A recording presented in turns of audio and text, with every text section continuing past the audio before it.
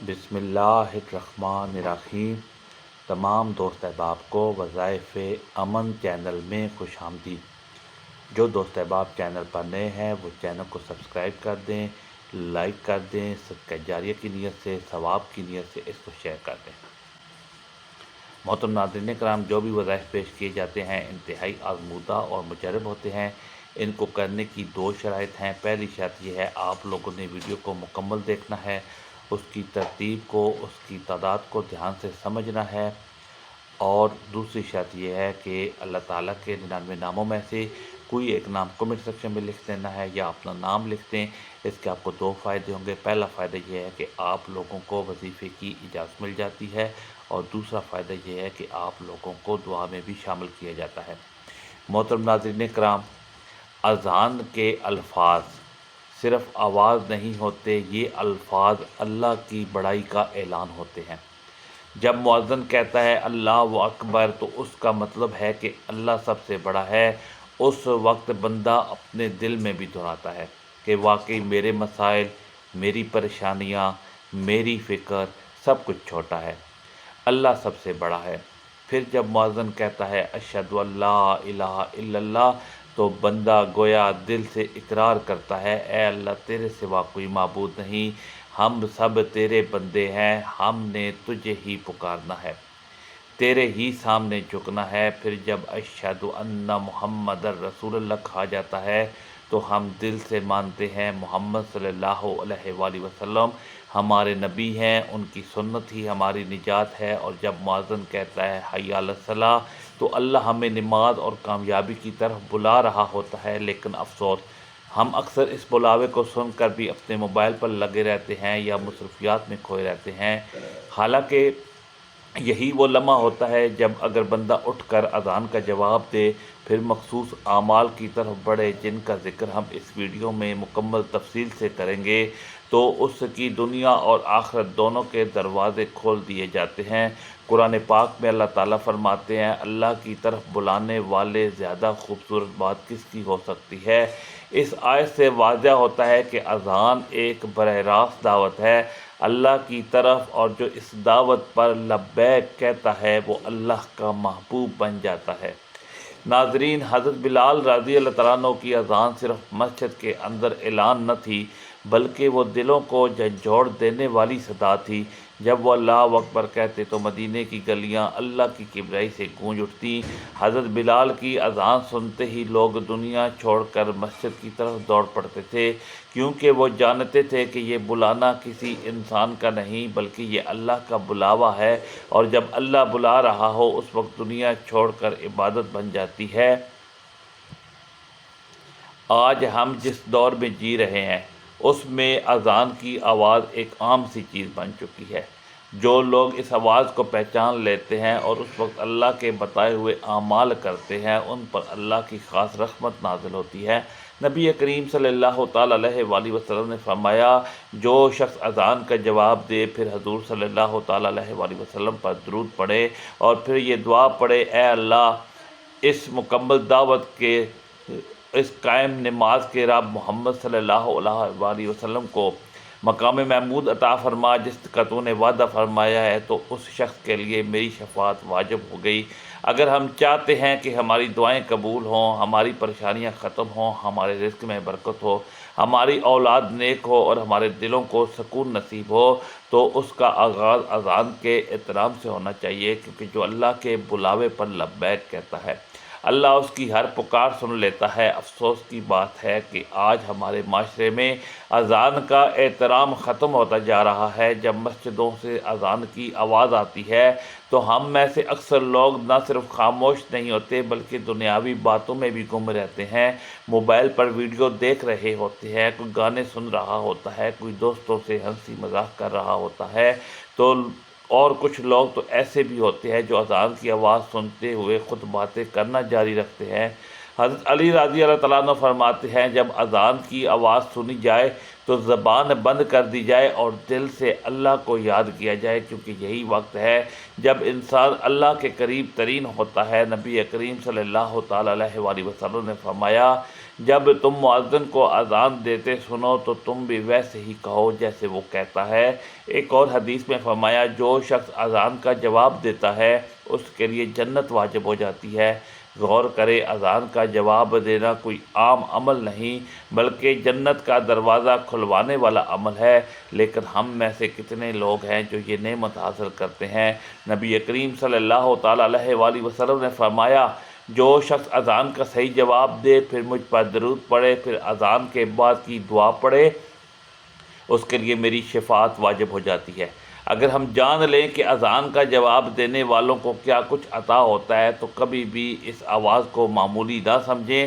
حدیث پاک میں آتا ہے جو شخص اذان کا جواب دے اللہ اس کے لیے جنت میں ایک محل تیار کرتے ہیں، اور جو شخص اذان کے وقت دعا کرتا ہے اس کی دعا قبول ہوتی ہے۔ ایک اور بات بھی یاد رکھیں، نبی کریم صلی اللہ تعالیٰ علیہ وآلہ وسلم نے فرمایا کہ اذان اور اقامت کے درمیان جو دعا مانگی جاتی ہے وہ رد نہیں کی جاتی، لیکن شرط یہی ہے کہ اذان کا احترام کیا جائے، خاموشی سے سنا جائے، جواب دیا جائے اور پھر دل سے دعا مانگی جائے۔ آج ہم اذان کے وقت باتوں میں لگے رہتے ہیں تو کبھی ہنسی مذاق میں لگے رہتے ہیں، اور شیطان ہمیں یہی سکھاتا ہے کہ ابھی وقت ہے، ابھی نماز میں دیر ہے، لیکن حقیقت یہی ہے کہ یہی چند لمحے ہماری قسمت کے دروازے کھول سکتے ہیں۔ جو اذان کا جواب دیتے ہیں اس کے رزق میں برکت ڈال دی جاتی ہے، اس کے نصیب میں خیر لکھ دی جاتی ہے، اس کے چہرے پر نور آ جاتا ہے اور اللہ اسے اپنا قرب عطا کر دیتے ہیں۔ محترم ناظرین، اب ہم جانتے ہیں وہ بابرکت سورت مبارکہ کون سی ہے جو اذان کے وقت پڑھنے سے اللہ کریم خوش ہو کر انسان کے نصیب میں رزق اور دولت لکھ دیتے ہیں، اس کے نصیب میں خوشیاں لکھ دیتے ہیں، اس کی پریشانیاں ختم کر دیتے ہیں اور اسے روحانیت کی بلندی پر پہنچا دیتے ہیں۔ ان کاموں کو اپناتے ہوئے انسان نہ صرف اللہ کے قریب ہو جاتا ہے بلکہ اس کی دنیاوی زندگی میں بھی سکون، برکت اور آسانیاں داخل ہو جاتی ہے۔ میرے عزیزو، سب سے پہلے ہمیں اذان کے وقت کے آداب کو سمجھنا ہوگا تاکہ ہم جان سکیں کہ ان کاموں کو کرنے کا اصل فائدہ کیا ہے۔ اذان کے وقت انسان پر لازم ہے کہ وہ تمام دنیاوی مشغولیات کو چھوڑ دے، بات چیت بند کر دے، موبائل رکھ دے، دل کو اللہ کی طرف جھکا دے اور مؤذن کی آواز کو غور سے سنے۔ نبی کریم صلی اللہ تعالیٰ علیہ وآلہ وسلم نے فرمایا جب تم اذان سنو تو مؤذن کے الفاظ کے ساتھ ساتھ تم بھی وہی الفاظ کہو۔ اس طرح آپ صلی اللہ علیہ وآلہ وسلم نے فرمایا اذان اقامت کے درمیان مانگے جانے والی دعا رد نہیں کی جاتی۔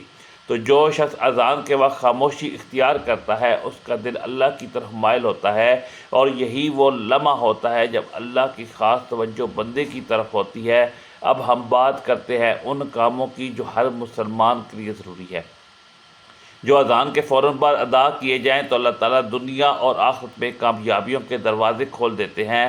پہلا عمل اذان کا جواب دینا۔ سب سے پہلا کام جو اذان کے وقت ہمیں لازمی کرنا چاہیے وہ ہے اذان کا جواب دینا۔ جب مؤذن اذان دے رہا ہو تو آپ بھی اس کے الفاظ دہراتے جائیں، جیسا کہ نبی صلی اللہ تعالیٰ علیہ وآلہ وسلم نے فرمایا جب مؤذن کہے اللہ اکبر تو تم بھی یہی کہو۔ اسی طرح حی علی الصلاۃ، حی علی الفلاح پر لا حول ولا قوت الا باللہ کہنا ہے اور باقی تمام الفاظ مؤذن کے ساتھ دہرانے ہیں۔ ناظرین، یہ عمل چھوٹا سا لگتا ہے لیکن اس کے اندر اللہ کی محبت ہے۔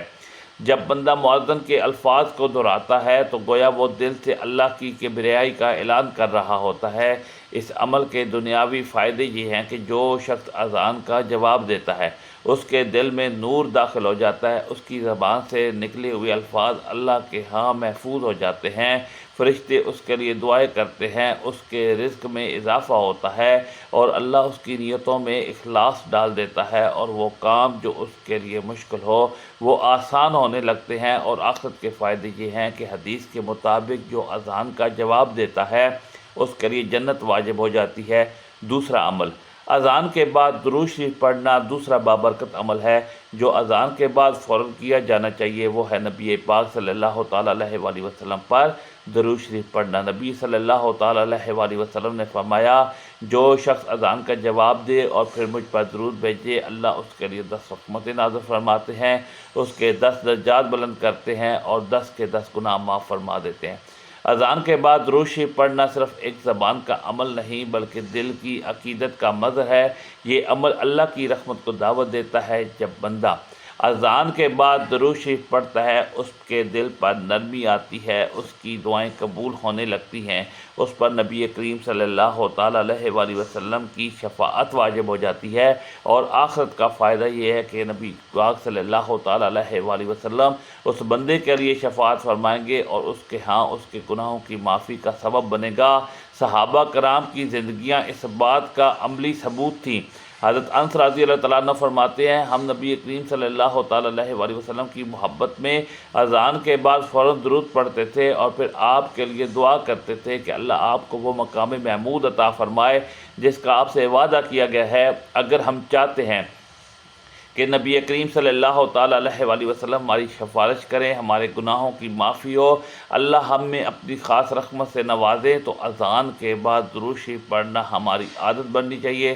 ثواب کے طور پر ایک مرتبہ میرے ساتھ بھی پڑھ لیں، اللہم صلی علی محمد وعلی آل محمد کما صلیت علی ابراہیم وعلی آل ابراہیم انک حمید مجید، اللہم بارک علی محمد وعلی آل محمد کما بارکت علی ابراہیم وعلی آل ابراہیم انک حمید مجید۔ تیسرا عمل اذان کے بعد کی مسنون دعا پڑھنا۔ اذان مکمل ہونے کے بعد ایک ایسی دعا نبی کریم صلی اللہ تعالیٰ علیہ وآلہ وسلم نے سکھائی ہے جس کے بارے میں فرمایا، جب تم مؤذن کو سنو جیسا وہ کہتا ہے ویسا ہی کہو، پھر مجھ پر درود پڑھو، پھر اللہ سے میرے لیے وسیلہ مانگو، کیونکہ جو میرے لیے وسیلہ مانگے گا اس کے لیے میری شفاعت واجب ہو جائے گی۔ محترم ناظرین کرام، چوتھا عمل اذان کے بعد اس خاص صورت مبارکہ کو پڑھنے کا عمل ہے جس کے پڑھنے سے اللہ تعالیٰ بہت خوش ہوتے ہیں اور انسان کو ہر وہ چیز عطا کرتے ہیں جس کی وہ خواہش کرتے ہیں۔ تو چوتھے نمبر پر آپ نے سورہ فاتحہ 3 بار پڑھنی ہے۔ بسم اللہ الرحمن الرحیم، الحمدللہ رب العالمین، الرحمن الرحیم، مالک یوم الدین، ایاک نعبد و ایاک نستعین، اہدنا الصراط المستقیم، صراط الذین انعمت علیہم غیر المغضوب علیہم ولا الضالین، آمین۔ محترم ناظرین کرام، چوتھا کام آپ لوگوں نے اس سورت کو 3 مرتبہ پڑھنا ہے۔ دعا ہے رب کریم سے میرا سنانا، آپ کا سننا اللہ پاک اپنی پاک بارگاہ الہی میں قبول و منظور فرمائے، جو مانگا مقدر فرمائے، جو نہیں مانگ سکے بن مانگے عطا فرمائے۔